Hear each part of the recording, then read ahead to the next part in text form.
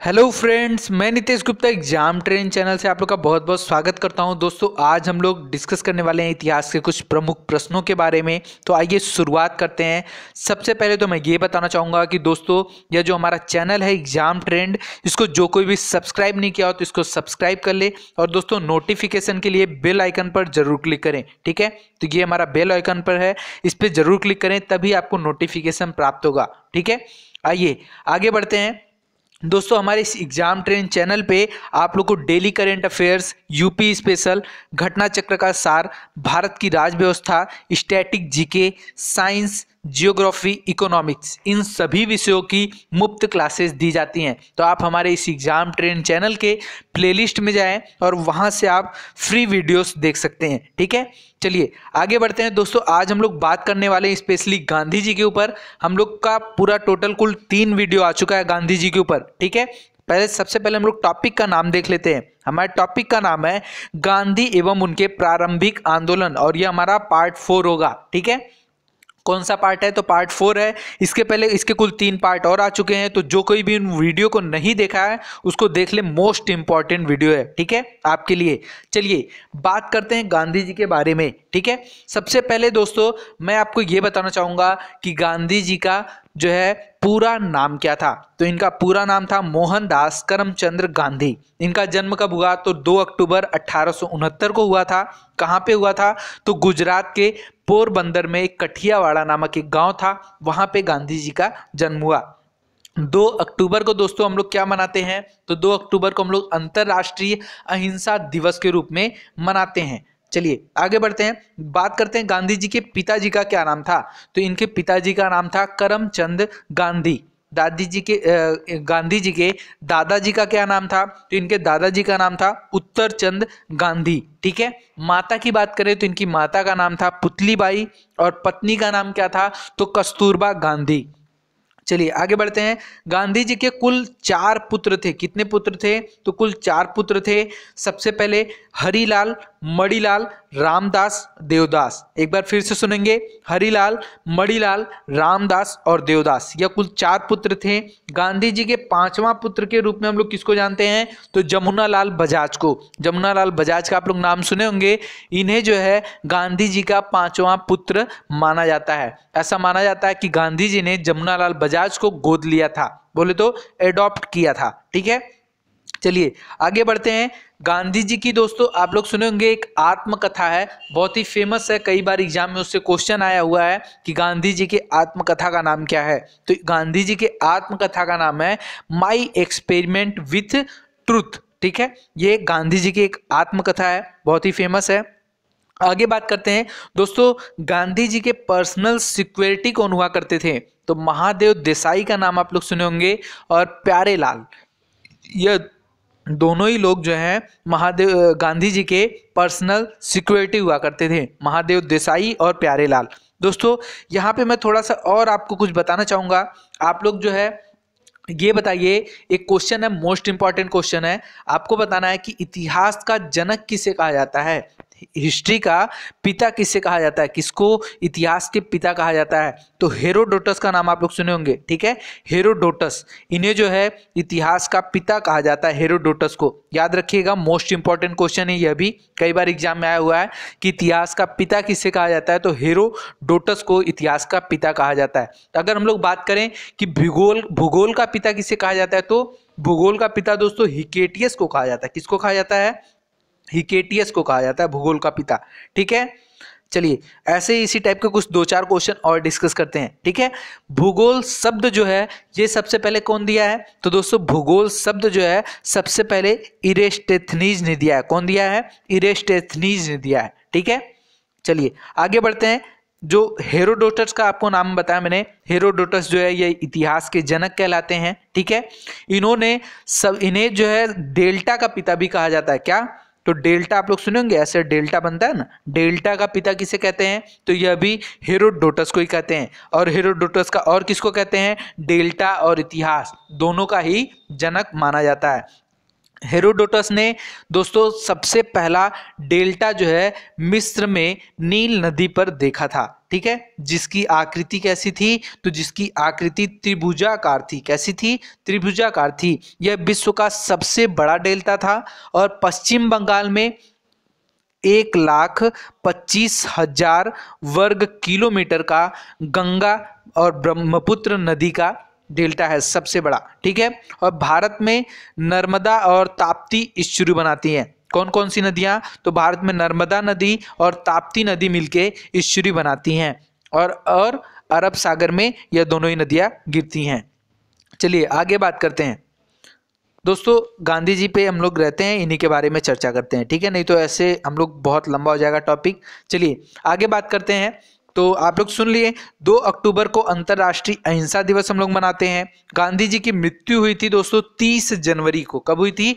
30 जनवरी को। इस डेट को हम लोग जो है शहीद दिवस के रूप में मनाते हैं, ठीक है। मृत्यु कौन कैसे हुई थी गांधी जी की? तो आप लोग नाथूराम गोडसे का नाम सुने होंगे। इन्होंने गांधी जी को गोली मार दी थी, ठीक है, इनकी हत्या कर दी थी और इसीलिए हम लोग 30 जनवरी को शहीद दिवस के रूप में मनाते हैं। चलिए आगे बढ़ते हैं दोस्तों। गांधी जी ने 2 आश्रम बनाए थे। कौन कौन से? तो आप लोग नाम सुनेंगे टॉलस्टॉय, ठीक है, टॉलस्टॉय नाम सुने होंगे। इसकी स्थापना जो है गांधी जी ने की थी। यह एक आश्रम का नाम है, ठीक है। तो यह कहाँ पे की थी इसकी स्थापना? तो जोहान्सबर्ग में, ठीक है। टॉलस्टॉय जो यह आश्रम है यह कहाँ पे था? तो जोहान्सबर्ग में था, ठीक है। नेक्स्ट अगला दूसरा कौन था? फोनिक्स आश्रम भी जो है गांधी जी ने बनवाया था, ठीक है। फोनिक्स आश्रम यह कहाँ पे था? तो डरबन में था। डरबन कहाँ है? दक्षिण अफ्रीका में पड़ता है, ठीक है, डरबन। तो यहाँ पे जो है गांधी जी ने फोनिक्स आश्रम की स्थापना की थी डरबन में। चलिए आगे बात करते हैं। गांधी जी दक्षिण अफ्रीका से भारत वापस कब आए? तो 9 जनवरी 1915 को गांधी जी दक्षिण अफ्रीका से भारत वापस आ गए थे। इसलिए हम लोग 9 जनवरी को भारतीय प्रवासीय दिवस के रूप में मनाते हैं। किसके रूप में? तो भारतीय प्रवासीय दिवस के रूप में मनाते हैं, ठीक है। आगे बात करते हैं दोस्तों। गांधी जी को महात्मा की उपाधि कौन दिया था? तो रविंद्रनाथ टैगोर ने दिया था। कौन दिया था? रविंद्रनाथ टैगोर ने दिया था गांधी जी को महात्मा की उपाधि। रविंद्रनाथ टैगोर को कौन सी उपाधि दी गई थी? तो गुरुदेव की उपाधि दी गई थी। किसकी? गुरुदेव की उपाधि दी गई थी। आगे बात करते हैं। राष्ट्रपिता कह के गांधी जी को कौन पुकारा था? किसने राष्ट्रपिता की उपाधि दी थी? तो सुभाष चंद्र बोस ने गांधी जी को राष्ट्रपिता की उपाधि दी थी। अगला है हमारा कि दोस्तों गांधी जी को वन मैन बाउंड्री फोर्स के नाम से कौन पुकारा था? कौन संबोधित किया था गांधी जी को वन मैन बाउंड्री फोर्स कह के? तो लॉर्ड माउंटबेटन का नाम आप लोग सुने होंगे। इन्होंने गांधी जी को वन मैन बाउंड्री फोर्स से संबोधित किया था। अगला क्वेश्चन है कि गांधी जी को बापू की उपाधि किसने दी थी या बापू कहकर कौन पुकारा था? तो जवाहरलाल नेहरू ने, ठीक है। कौन? जवाहरलाल नेहरू ने। जवाहरलाल नेहरू को हम लोग चाचा की उपाधि भी दिए थे। चाचा की प्यार से जो छोटे बच्चे होते थे यह जवाहरलाल नेहरू जी को जो है प्यार से चाचा कहकर पुकारते थे। चलिए आगे बढ़ते हैं दोस्तों। अब हम लोग अपने क्वेश्चन के बारे में बात करते हैं, ठीक है, नहीं तो टॉपिक बहुत ही लंबा हो जाएगा। चलिए आज का सबसे पहला क्वेश्चन है कि गांधी जी ने बंधुआ मजदूरों को मुक्त कराने का अभियान कहां से आरंभ किया था? तो चंपारण से आरंभ किया था गांधी जी ने, ठीक है, बंधुआ मजदूरों को मुक्त कराने का अभियान। महात्मा गांधी ने भारत में सत्याग्रह आंदोलन की शुरुआत बिहार के चंपारण से की थी और चंपारण में किसानों को 1 बीघा जमीन बोले तो 3/20वें भाग पर नील की खेती हेतु अंग्रेजों द्वारा बाध्य किया जाता था और इसे 3 कठिया पद्धति कहते थे। क्या कहते थे? 3 कठिया पद्धति कहते थे। नील की खेती करने से इनकार करने पर अंग्रेज किसानों पर अत्याचार करते थे और इसके अतिरिक्त किसानों पर लगभग 40 प्रकार के कर थोपे गए थे। कितने प्रकार के? तो कुल मिला के 40 प्रकार के कर थोपे गए थे, ठीक है। बिहार के एक किसान राजकुमार शुक्ला ने गांधी जी से मिलकर अंग्रेजों के अत्याचार से किसानों को मुक्ति दिलाने की प्रार्थना की और गांधी जी के कलकत्ता प्रवास के दौरान राजकुमार शुक्ला के साथ गांधी जी अप्रैल 1917 में चंपारण गए तथा किसानों के अंग्रेजों कि बंधुआ मजदूरी से मुक्ति हेतु सत्याग्रह आरंभ किया। जुलाई 1917 ईस्वी के चंपारण एग्रीरियन कमेटी का गठन किया गया और गांधी जी भी इसके सदस्य थे। इस कमेटी के प्रतिवेदन पर 3 कठिया प्रणाली को समाप्त कर दिया गया तथा किसानों से अवैध रूप से वसूले गए धन का 25% वापस भी कर दिया गया। ठीक है। 1919 ईस्वी में चंपारण एग्रीरियन अधिनियम पारित किया गया जिससे किसानों की स्थिति में सुधार हुआ। ठीक है। तो अभी तो मैं आपको इतना ही बताया, इसका अगला पार्ट जो आएगा उसको आप लोग जरूर देखिएगा। ठीक है। इस वीडियो के बाद जो अगला पार्ट आएगा उसको आप लोग जरूर देखिएगा।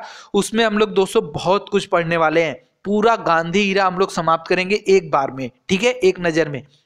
उसमें हम लोग टोटल पूरा शुरू से लेके लास्ट तक कवर करेंगे। उसमें पूरा का पूरा हम लोग गांधी के बारे में, गांधी जी के बारे में जितना भी उनका पर्सनल था, उसके बाद फिर हम लोग चंपारण आंदोलन, खेड़ा आंदोलन, अहमदाबाद मिल सत्याग्रह, ठीक है, रोलेक्ट act, Hunter committee, Swaraj party, खिलाफत आंदोलन, असहयोग आंदोलन, Hindustan association Republican, Hindustan socialist Republican association, उसके अलावा वारसाड़ आंदोलन, वायकोम सत्याग्रह, वारधोली सत्याग्रह, साइमन कमीशन, दांडी यात्रा, सविनय अवज्ञा आंदोलन। ठीक है, इन सभी टॉपिक को हम लोग एक बार में कवर करेंगे। चलिए आगे बढ़ते हैं। एम.के. गांधी के अनुसार अस्पृश्यों का सामाजिक आर्थिक सुधार संपन्न किया जा सकता है तो उनके लिए कुटीर उद्योग स्थापित करके। गांधी जी की अर्थनीति सभी तरह के शोषण का विरोध करती है, चाहे वह शोषण देश के भीतर एक वर्ग द्वारा दूसरे वर्ग का हो या बाहर से हो। गांधी जी इसको दूर करने के लिए ऐसी प्रणाली कायम करना चाहते थे जिसमें व्यक्ति अपने मौलिक प्रयत्न के द्वारा स्वतंत्र वातावरण में श्रम और कार्य कर सके। इसके लिए वे स्वदेशी उद्योगों का पुनरुद्धार करना चाहते थे ताकि लोगों को पर्याप्त भोजन मिल सके और वे भूख से पीड़ित न हो। ठीक है, इसके लिए गांधी जी ने कुटीर उद्योगों जैसे कि गुड़ बनाना, घास कूटना, तेल पेरना, कागज बनाना, चमड़े का काम आदि पर जोर दिया और इसमें गांधी का मानना था कि गरीबों को शोषितों का आर्थिक और सामाजिक सुधार करने में मदद मिलेगी। ठीक है, अगला क्वेश्चन बात करते हैं। नेक्स्ट क्वेश्चन हमारा कि गांधीयन इनोवेशन, गांधी जी का नवाचार का तात्पर्य क्या है? तो इसका तात्पर्य है कम निवेश से अधिक उत्पादन अधिक लोगों के लिए। गांधीयन इनोवेशन, गांधी जी का नवाचार का तात्पर्य है कम निवेश से अधिक उत्पादन और अधिक लोगों के लिए। ठीक है, यह शब्दावली सर्वप्रथम प्रोफेसर प्रहलाद एवं आर्य माशेलकर द्वारा प्रयोग किया गया था। ठीक है, अगला क्वेश्चन बात करते हैं। नेक्स्ट क्वेश्चन हमारा कि गांधी जी ने भारत में पहली बार सत्याग्रह आंदोलन बिहार में कहां पर प्रारंभ किया गया? तो चंपारण में प्रारंभ किया गया था यह। ठीक है, सबसे पहली बार चंपारण में। अगला क्वेश्चन हमारा कि 3 कठिया कानून किस स्थान पर किसकी खेती से संबंधित है? तो चंपारण में नील की खेती से संबंधित है। चंपारण कहाँ पड़ता है? तो बिहार में पड़ता है। 3 कठिया कानून बिहार के चंपारण तथा नील की खेती से संबंधित है। चंपारण के किसानों से अंग्रेजों ने अनुबंध करा लिया जिसके तहत उन्हें अपने खेतों के 3/20वें भाग में नील की खेती करना अनिवार्य था। इसे 3 कठिया पद्धति कहते थे। वर्ष 1917 में गांधी जी के सत्याग्रह के पश्चात इसको समाप्त कर दिया गया। ठीक है, चलिए अगले क्वेश्चन की बात करते हैं। चंपारण नील आंदोलन के राष्ट्रीय नेता कौन थे? तो राष्ट्रीय नेता कौन थे? महात्मा गांधी थे। चंपारण नील आंदोलन के राष्ट्रीय नेता महात्मा गांधी थे।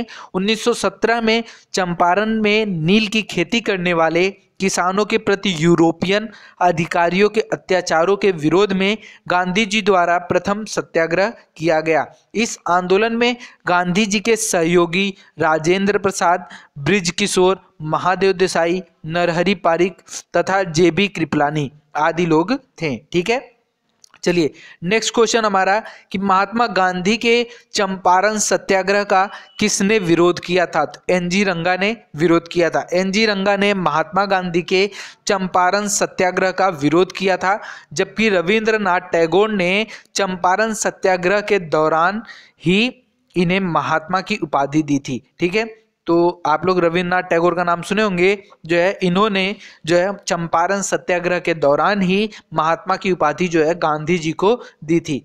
ठीक है, अगला क्वेश्चन हमारा कि दक्षिण अफ्रीका से लौटने के पश्चात गांधी जी ने प्रथम सफल सत्याग्रह आरंभ किया, कहाँ पे? तो चंपारण में।